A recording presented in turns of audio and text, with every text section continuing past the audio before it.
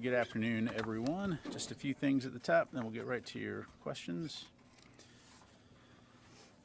Okay, this weekend, Secretary Austin will depart on a planned multi-day visit to the U.S. Central Command Area of Responsibility. We'll have additional details to provide in the coming days on visit locations, which will afford the Secretary the opportunity to meet with leaders in several key partner nations, reaffirm the enduring U.S. commitment to the Middle East region, and provide the chance to visit and talk.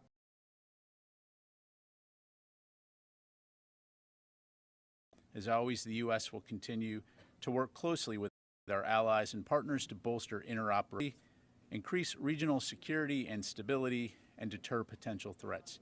And again, we'll have more to provide on this trip in the very near future.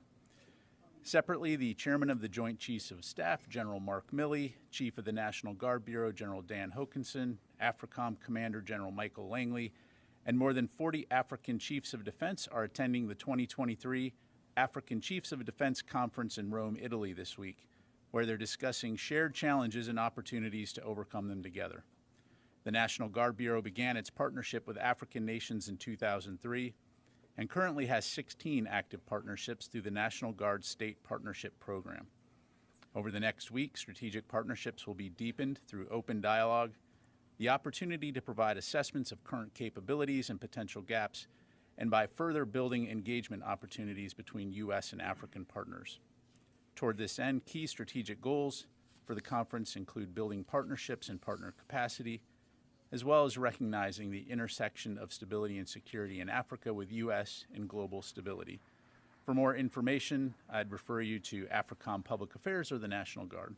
And with that, we'll go ahead and jump to your questions. We'll start with AP. Tara. Thank you. Today at HASC, OSD's Dr. Call said that the U.S. is actively trying to deter China from providing lethal aid to Russia.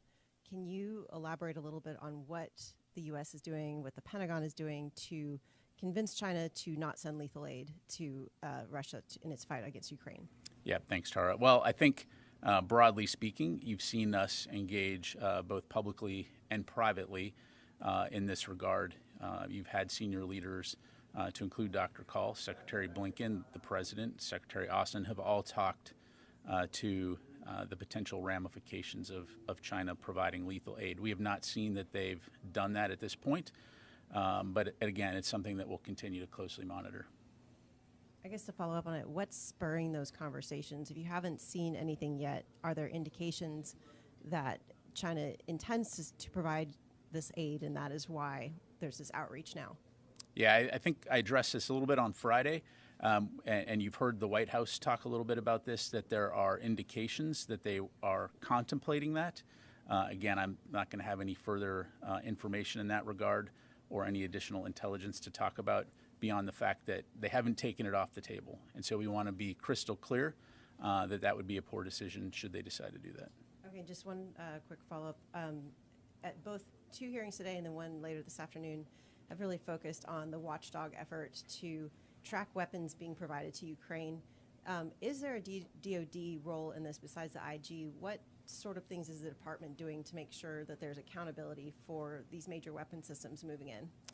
Yeah, so we take accountability of U.S. assistance to Ukraine very seriously. We have an active and proactive whole-of-government system, as you've highlighted, to prevent the illicit diversion of weapons in Eastern Europe. And so Secretary Austin and DoD leaders have repeatedly discussed the importance of protecting our contributions with our Ukrainian counterparts.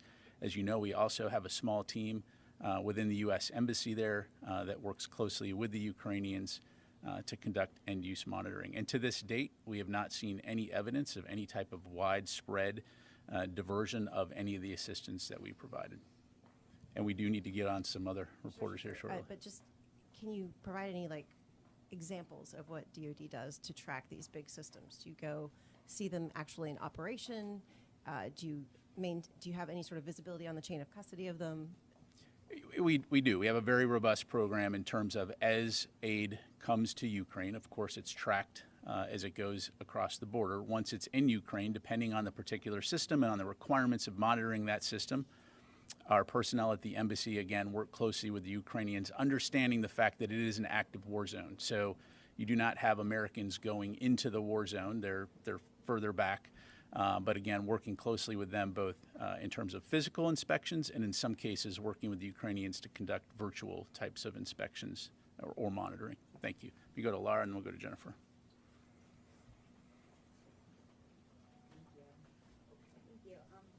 There was a report in Chinese media today, I believe the Global Times, that the U.S. military has carried out close-in reconnaissance operations in the South China Sea over 600 times, including using balloons and spy planes. Could you respond to those allegations, please?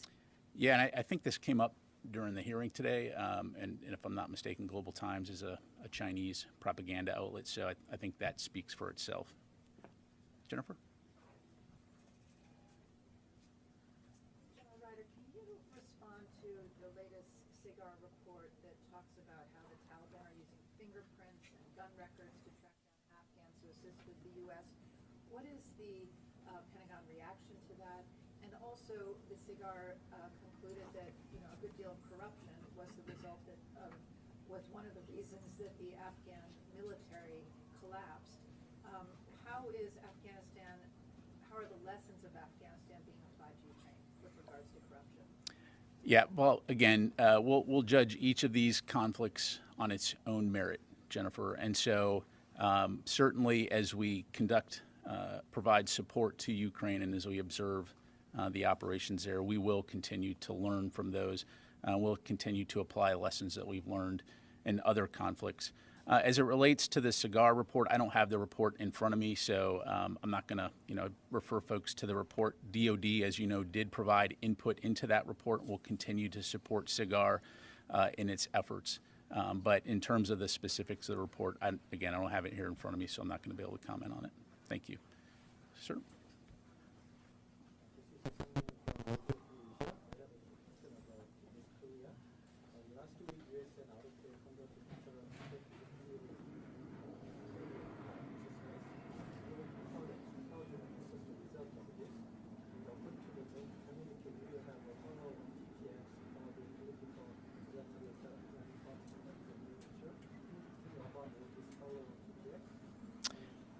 Sure.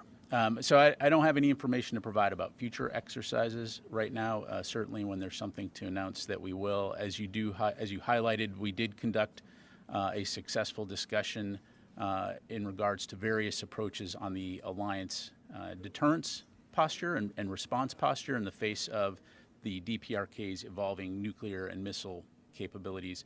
But coming out of that tabletop exercise, both sides concurred on the need to continue to strengthen extended deterrence, including through robust consultative mechanisms and crisis communication, as well as information sharing and joint planning and execution. So, again, don't have anything new to announce as far as future meetings go, but we'll be sure to keep you updated. Question. U.S. submarine USS Springfield arrived in Busan, South Korea last week. So do we expect more strategic asset like a U.S. submarine come to the South Korea in the near future? I'm sorry, I couldn't hear the last part of your question. Do we expect more strategic asset like a U.S. submarine come to the South Korea in the near future? Again, I don't have anything to announce. You've heard our senior leadership, to include Secretary Austin, highlight the fact that we will be on a rotational basis deploying strategic assets into the region and to South Korea in support of extended deterrence, but I don't have any specifics to provide. Let me go to Qasim, and then we'll come over to Brandy.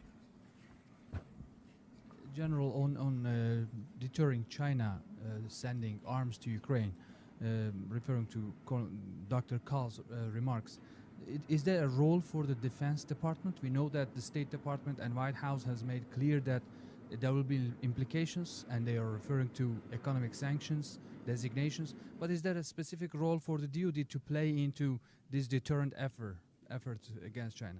Yeah, and I'm going to try to repeat your question just to make sure I could hear it.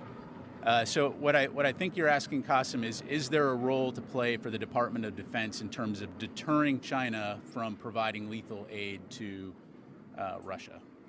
And so, again, at this stage, what we're focused on primarily is supporting Ukraine in its fight. That's the DoD's role. As you're well aware, State Department is actively engaging on the diplomatic front. From a DoD standpoint, again, we are highlighting the fact that while we have not seen China provide lethal aid, they haven't taken it off the table. And again, it's something that we're going to closely monitor because, again, let's not forget about what the consequences are if they do. It will extend this conflict needlessly. It will result in more innocent lives lost as Russia continues to wage its campaign against Ukrainian citizens. And so I'll just leave it at that. Also, Dr. Kahl, with respect to the New START agreement, he said he made reference to the Russians suspending it rather than terminating it.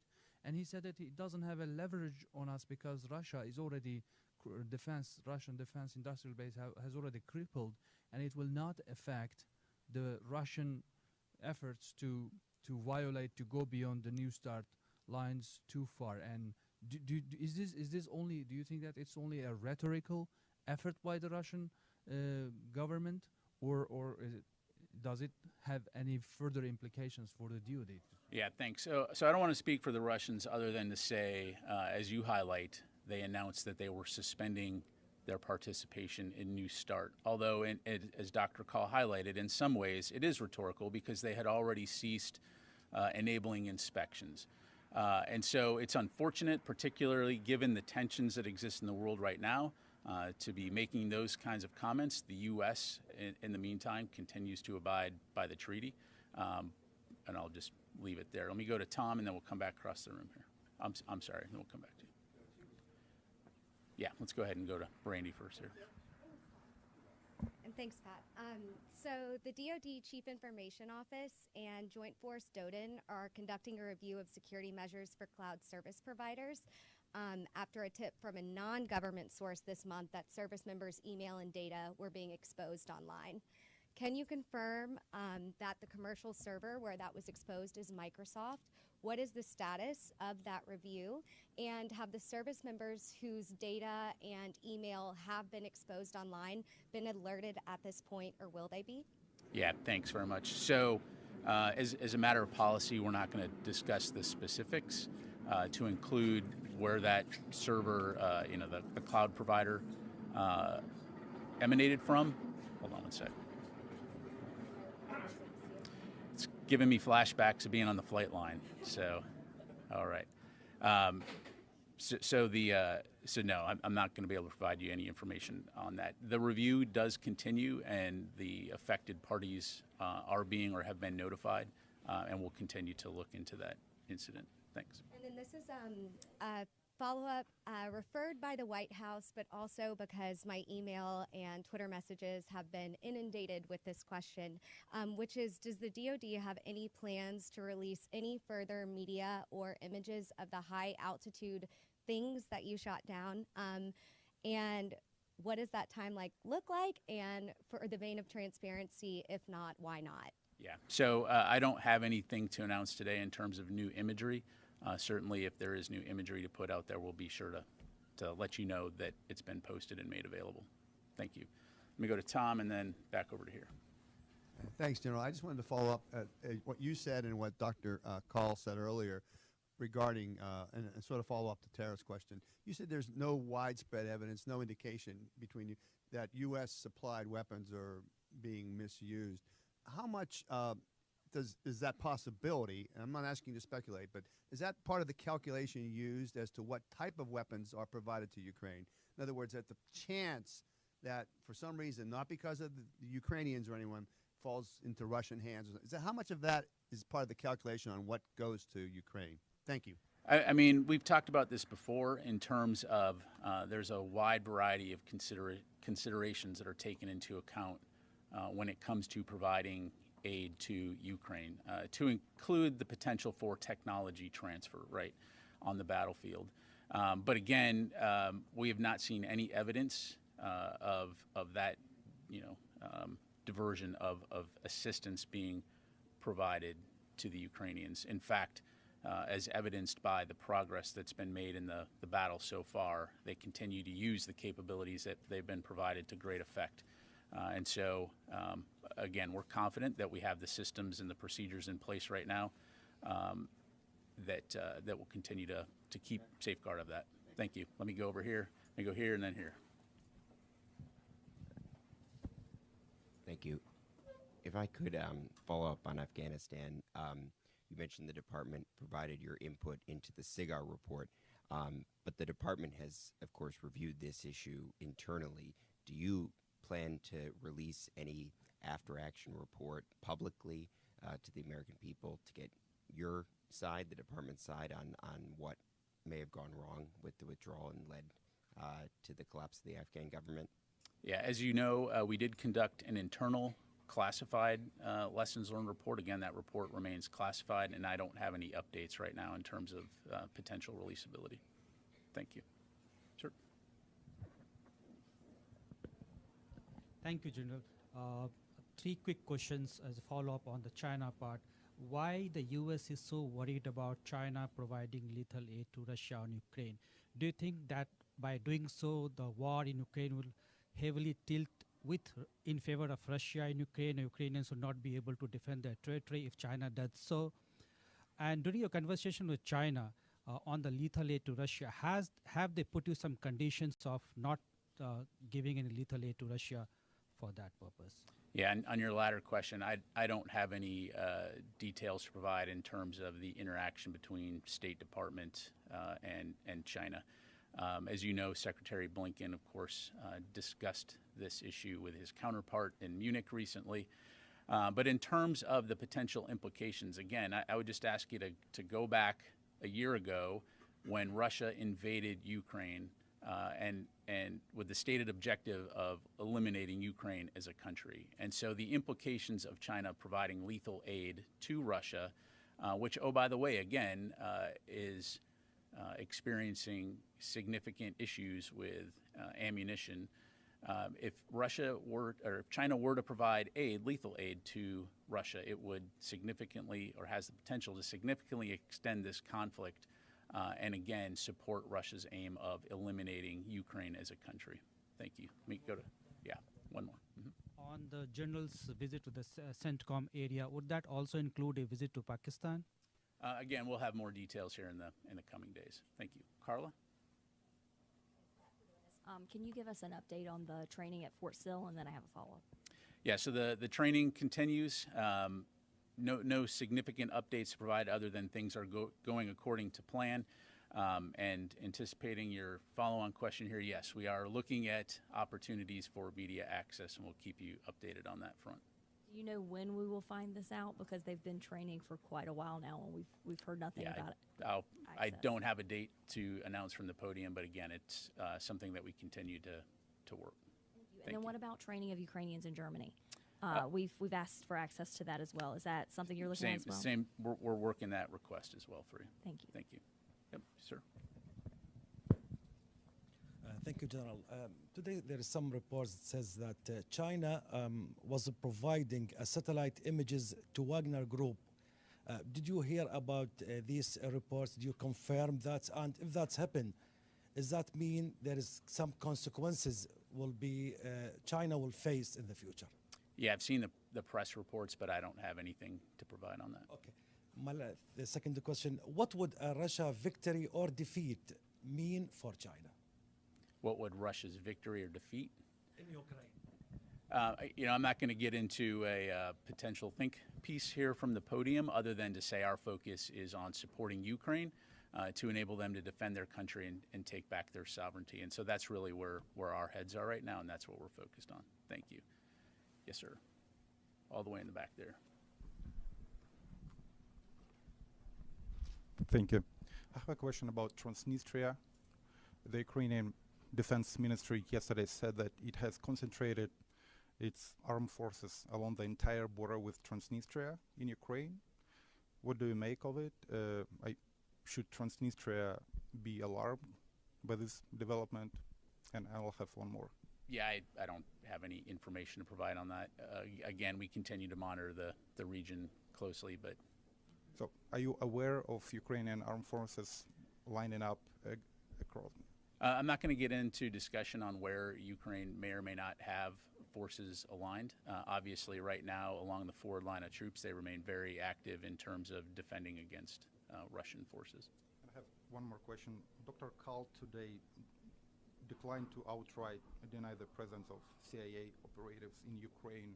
Are you able to give a definite no here? Denied the what? The presence of CIA operatives in Ukraine. I'm a DoD spokesperson, so I'd refer you to the CIA to talk about CIA. Thank you. We got time for just a couple more, sir. We've seen the talk of Chinese lethal aid, potential Chinese lethal aid, intensify, especially in the past 7 to 10 days. And we've heard from the State Department and also from the White House that there's going to be severe consequences, real costs, but those are, I think, just sanctions, potential sanctions that would be imposed on China. Does the Department of Defense believe that just sanctions are going to be able to deter China from providing lethal aid? Because if you're determined that they might actually provide those assistances and they haven't taken it off the table, do you think it's enough to deter them from doing so? Thank you. Yeah, so I'm not going to get into the specifics of what those types of actions could be, other than I think we've been very clear that of the potential implications in terms of extending this war and inflicting further death and destruction on the Ukrainian people. So again, we have not seen China at this stage provide lethal aid to Russia, but we'll continue to monitor because, again, they have not taken it off the table.